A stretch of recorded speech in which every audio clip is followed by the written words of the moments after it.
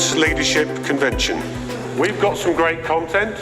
We've got some outstanding speakers. So get your red and green cards in your hand. Okay.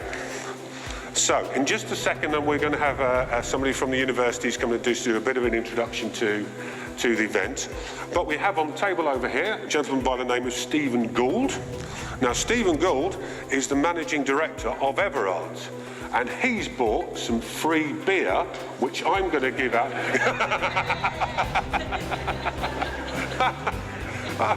Because my favourite subject in the world is all about influence and persuasion. How do you persuade people to want what you want? Now, I thought to make it quite interesting, rather than me just go on about persuasion and influence, I want to talk about some particular characters. And again, I want some red and green cards. And I'm going to show you 5 characters I want to talk about and what they mean as far as persuasion and influence is concerned. But I want an audience reaction on which of the 3 out of the 5 that I'm going to show you you'd like me to talk about. Reaction? Okay. A little bit. Okay. Howard Jones.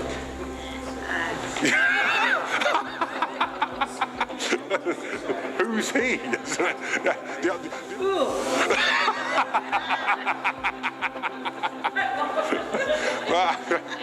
Now, whenever you go to networking events, this is one of the other things I do. I teach a lot of people about networking and how to build relationships, generate referrals and all that kind of stuff. We do this for a long, long time.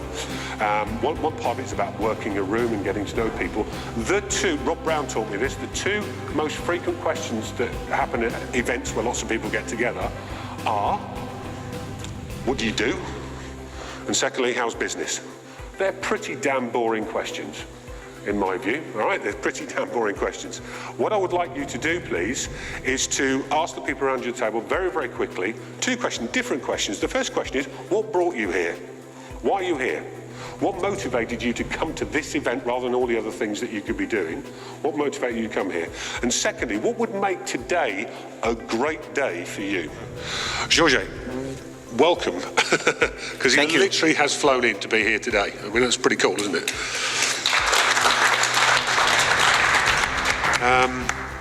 So, just talk us through, that's my impression of what you've told me happened in Brazil since the 1960s, sorry, 1980s.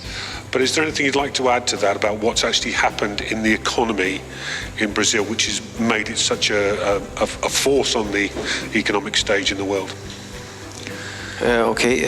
Before I say that, I must be true answer your first question. Mornings, it was, you asked me if I came just here for this event. It was not really true. I came here to sell tickets for the World Cup. To survive, you need to be the best. And we are just here in the world to survive. It's everything we are doing is trying to survive. If I want to survive, I must be the best. The other way to survive is, okay, I closed and I will live poor forever. It's another way. What the software actually does, or the methodology does, is just that. Help people or help leaders to make their leadership tasks faster and easier. And to helping Gerard from Sydney said this morning, for me, one of the things that I noticed, you need to build an environment where people allow to failure, yeah? And the idea of the KPI is not to punish, but to empower those who say, well, I had a problem here and I'm proposing this, rather than the other way around. So you empower people to speak up because they are owner of that part of the world and they want to make the difference. Thinking leads to action, leads to results. And organizations expect results, okay? You running businesses, you go, actually, we have goals, we have targets, we expect results. We often have to impose ways of working, actions, behaviours. This could be best practice, it could be world class, it could be because of health and safety. Lots of reasons why we impose things the way we do. But what often happens in organisations is we assume that people have the thinking skills. And sometimes when people are under pressure, or maybe the culture of their organisation, they don't know how to think in the most helpful way for themselves. So a lot of the work that I do is studying and profiling people that are thinking effectively well, turning them into very simple models that can often be used by school kids so that they can more consciously apply natural success habits. And that's what I want to share with you today. And I think followership is frankly more interesting, because as you're developing your career, it's important to follow trends, follow patterns, follow people, and see if you can connect them together to make your own story. Yeah. Which is then, I think, then leadership develops thereon.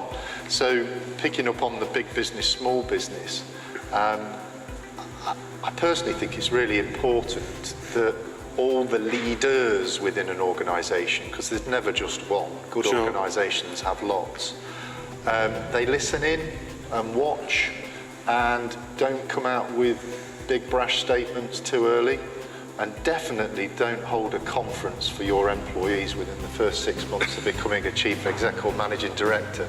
Definitely don't send them away with a plastic card and your new vision, because frankly there's a form of arrogance there in that most organisations have been successful, so you just have to ask lots of questions, understand where the nuggets are, and then build from there.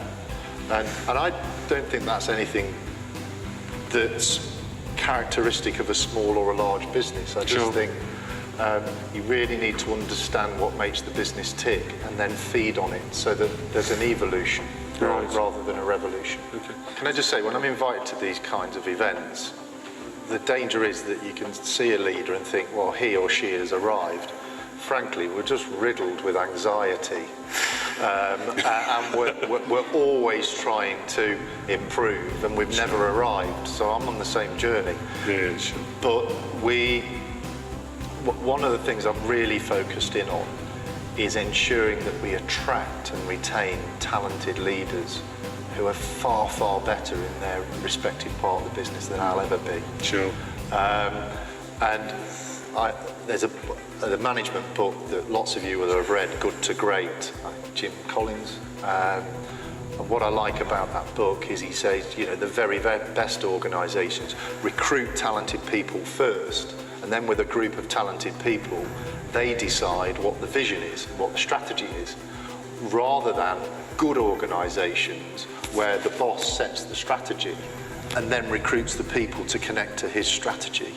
And I've tried my best to do the first, which is have great people and then say, right, where are we going? Sure. So it's been an attempt to be quite collegiate and not overly directional.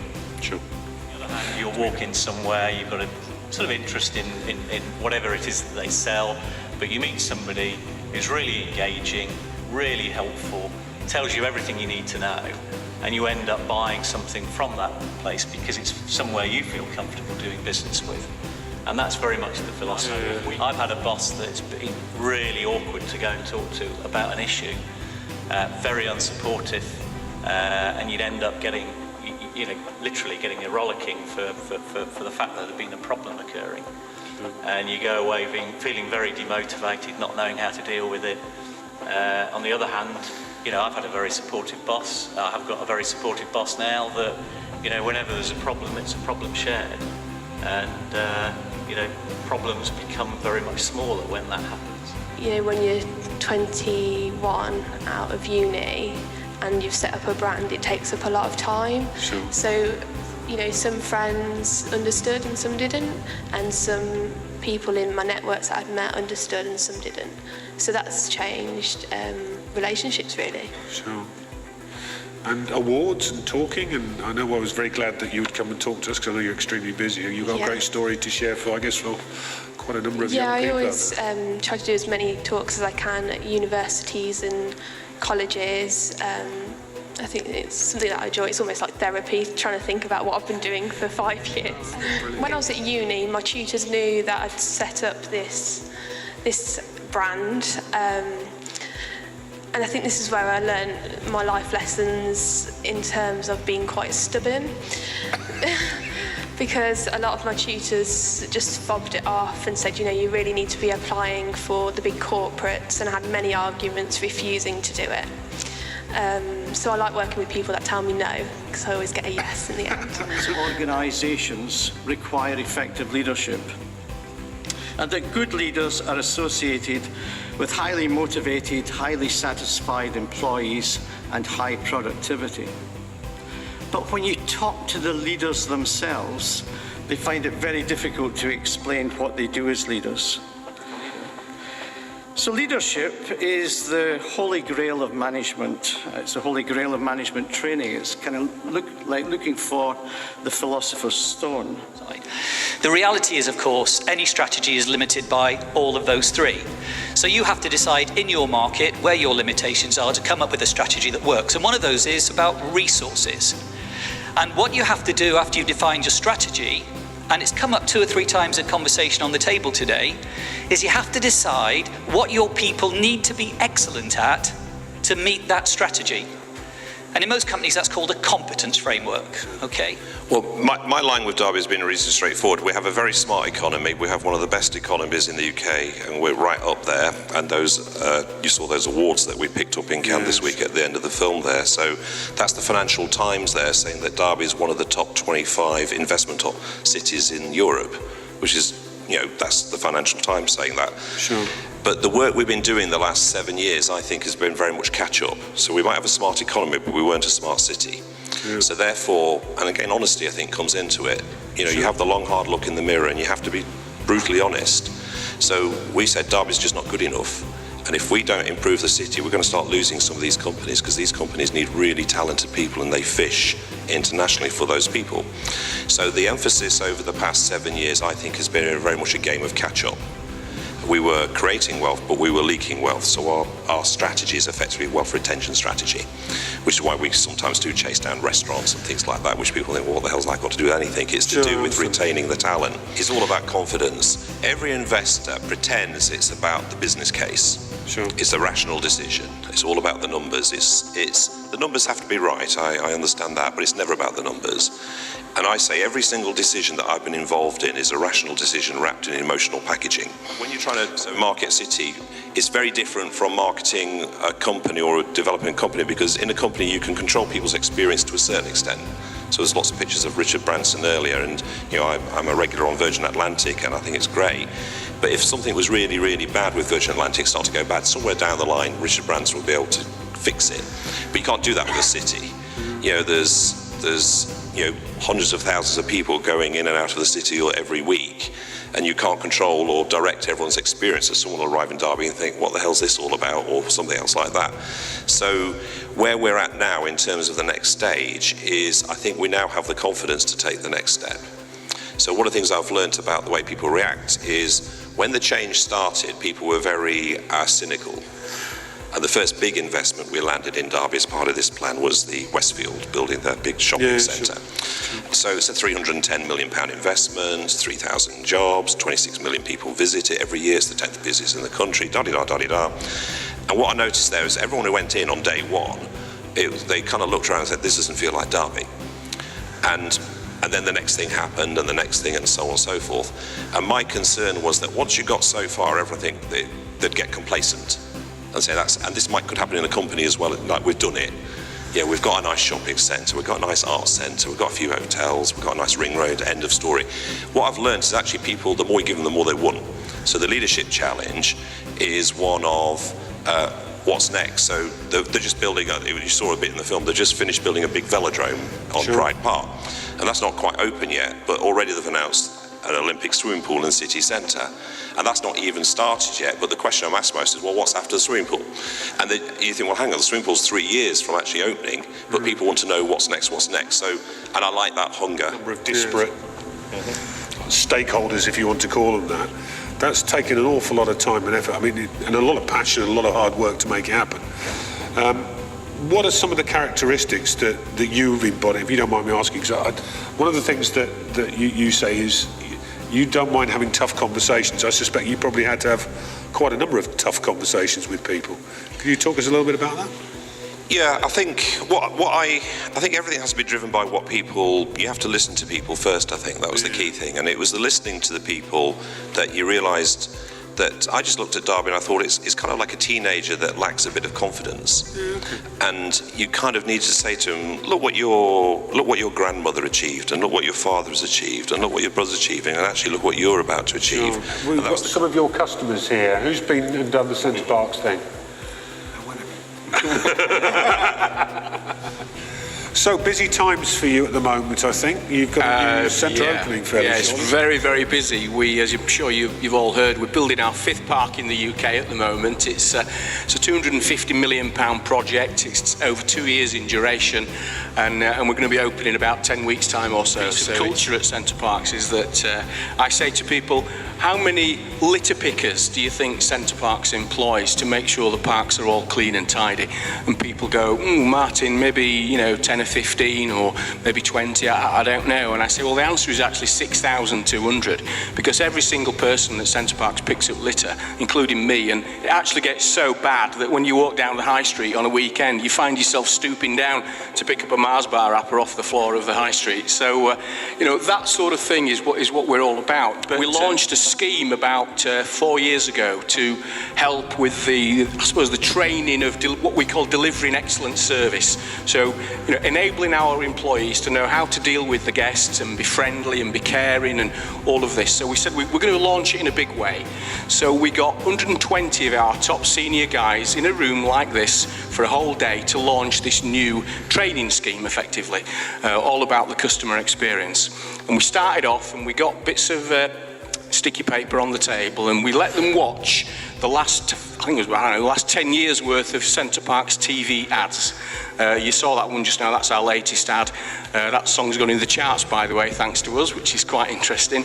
But anyway, we let them watch the TV ad, and then we said to them, right, guys, write down on a bit of paper what the first word that comes into your head, having watched all these ads about Centre Parks. And off they did, and then we got, usual thing, get a spokesperson, stick them all up on the board kind of thing, and lo and behold, it worked, because they all wrote down the word proud.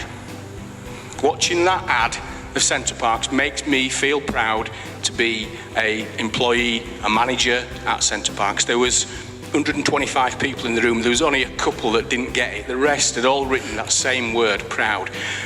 We then played a video, and the music to the video was Heather Small singing the song Proud. So we'd anticipated that that's what they were going to do. It was a fairly big gamble, but it worked, and they cheered and they loved it.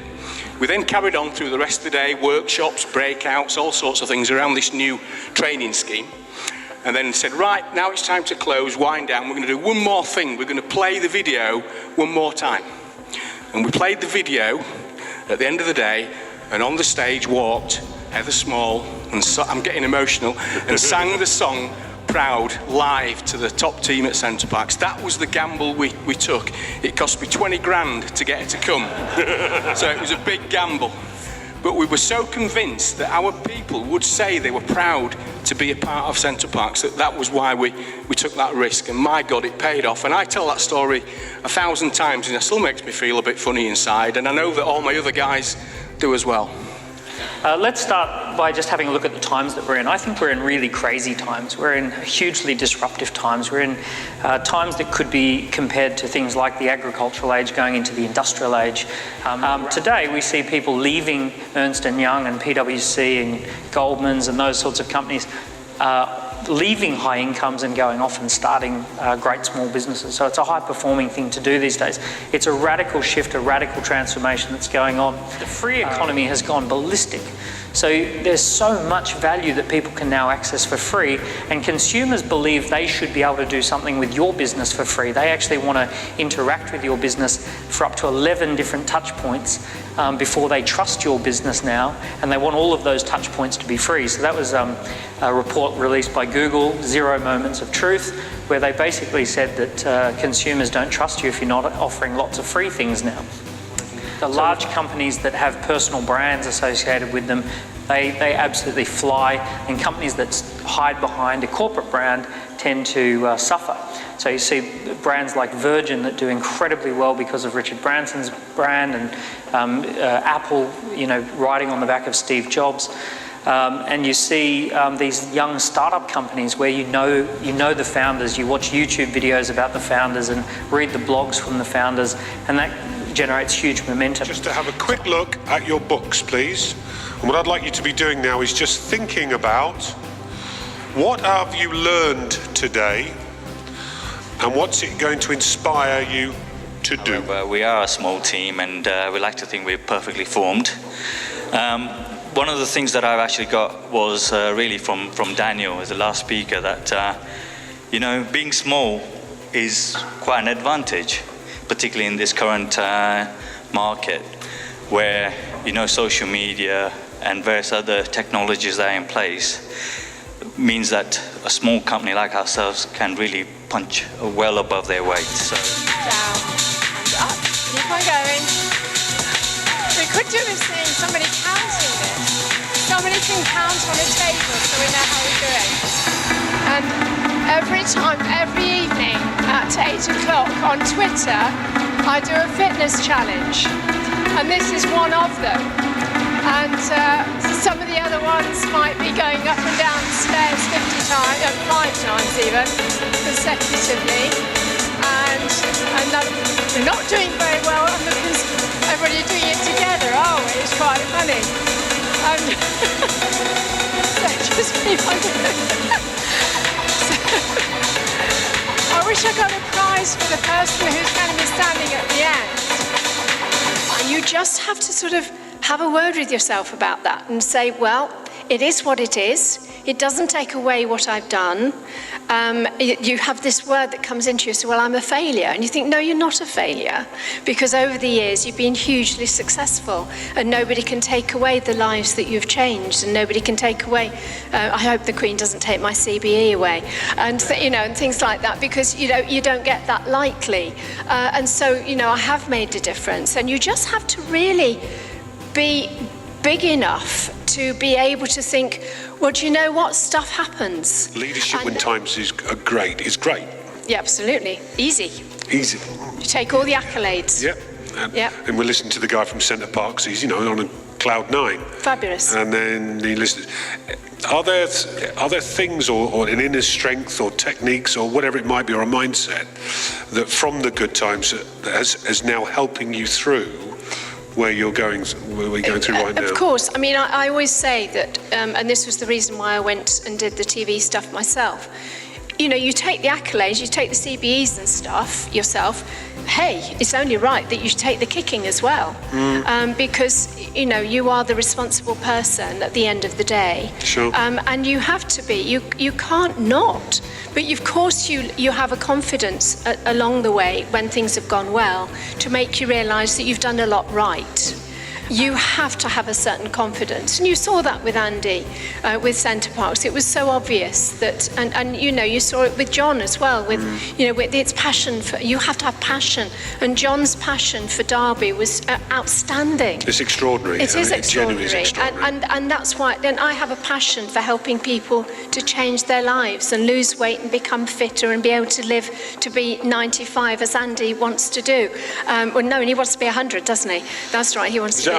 Yeah, okay, it's yes. 100, yeah. It's so important that, and the passion, obviously, that Andy has to help people in the community. I love that. I absolutely love that.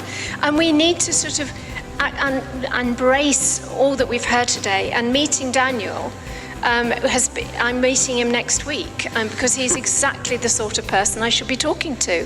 And he said to me, you would be amazed how many people we've worked with who have come through administration and actually their businesses are so much better and bigger and stronger afterwards rather than before. And so, hey, I'm really glad I came today because I've learned such a lot from and been inspired by the people here today. True. And it's been super. You should keep on doing what you do. The ideal is that I want, there's a very large company, they have 170,000 employees, and his wish is, I want that each employee takes in the front line decision as me taking it. Okay. If I can get that, they will make the same mistakes as I will do. And the key point for them to take those decisions is give them the same information that I have, so they can take the same decisions or very similar decisions. And the key information are those KPIs. They're most important, so they can drive those decisions in this direction.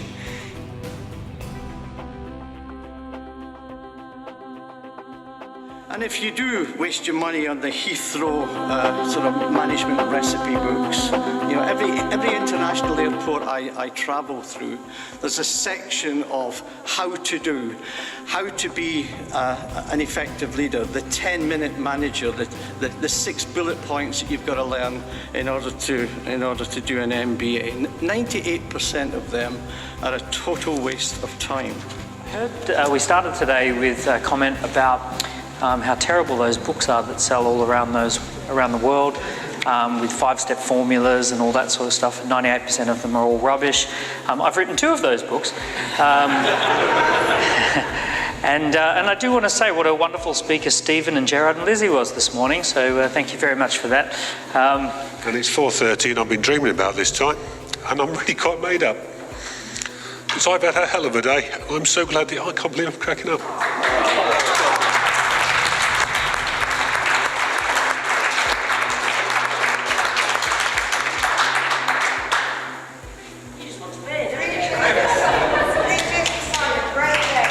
Thank you.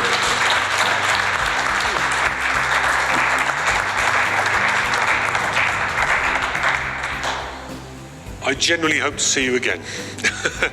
Do take the flyers with you. Please continue to communicate. Please continue to learn, inspire, connect. That's what the Midlands Leadership Experience is all about. And I hope to see you again. And take a bottle of beer courtesy of Everard's with you. Thank you very much indeed. Safe journey home.